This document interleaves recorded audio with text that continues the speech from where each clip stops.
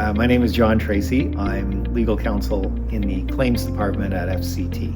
I've been in the role for 20 years. One of the things we deal with in the claims department are claims under title insurance policies arising from wire fraud.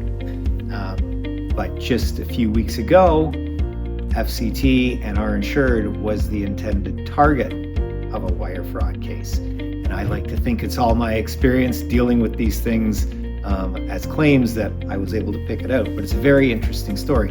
The claim was essentially just a regular title case, two related parties feuding over the ownership of a parcel of land.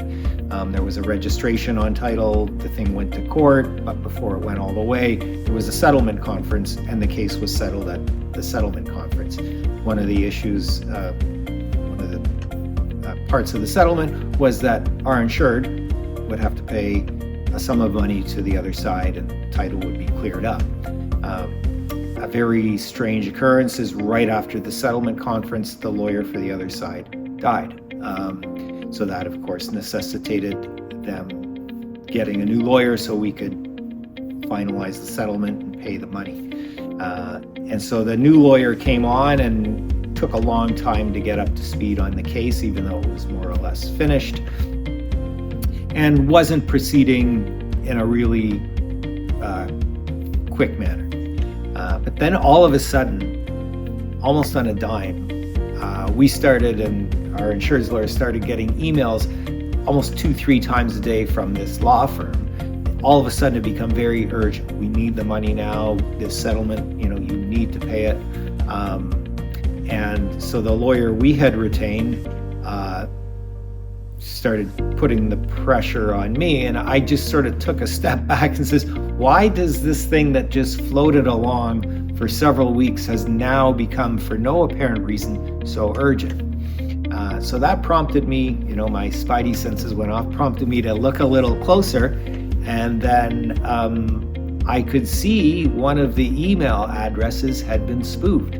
The email address for the other side, the new law firm, it had a common last name, for example. It wasn't, but it was Smith, and it was John at smith.com, but then the I had been turned into an L. So if you're looking at it quickly, it still looks like you're dealing with the same law firm.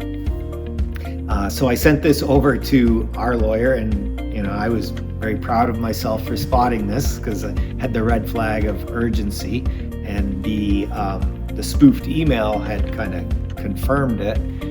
But to be extra safe, there was a telephone number on the emails we were getting now from the firm. And it turned out to be one digit was changed. It was a 5, so it was 750-555. But so I called that, and of course it was out of service. So we were the first people to break the bad news to the other law firm that their system had been hacked.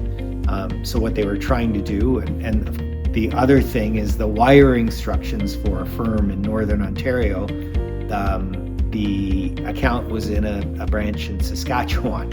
So, I sort of put all these things together. It didn't take a genius, but when you kind of see one step and then discover the next and discover the next. So the end result is we let the law firm know the bad news. They took a little while to get everything all cleared out of their IT systems, and we sent the money by a check, this time to the physical address of the law firm in North Ontario. So if you feel the pressure and you're rushed and you want to get it done, you might have fallen for it. But I was proud to say that I picked it up.